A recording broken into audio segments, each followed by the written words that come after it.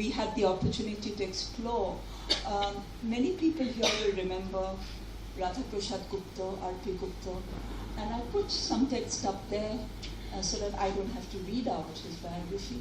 He was an amazing personality, and our entire incursion, as I said, into early popular picture production of 19th century Calcutta began with him. He was a raconteur and storyteller. So every session with him would roll into ours, and that's my greatest regret, that in '96, this was one of the first collections. We never had long interviews with R.P. Gupta. But this photograph is very typical. He was an ad man, worked as a copywriter, then as a public relation officer with Tata Iron and Steel. I was introduced to him by my father and uncle, who was in advertising. My father's elder brother was an advertising person himself. And I remember going to meet him as a researcher, and later in the 90s.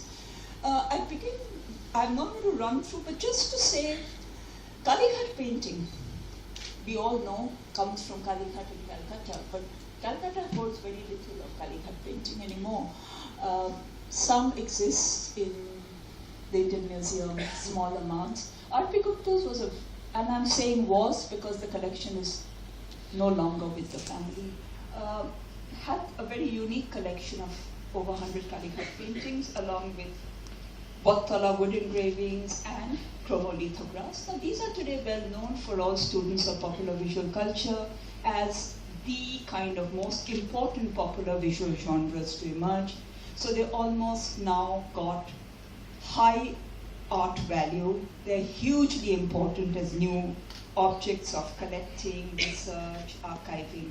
But R.P. Gupta's was formed early, and as I say here, his was an amazing instance of how, I said, driving interest and passion rather than money could make a collection.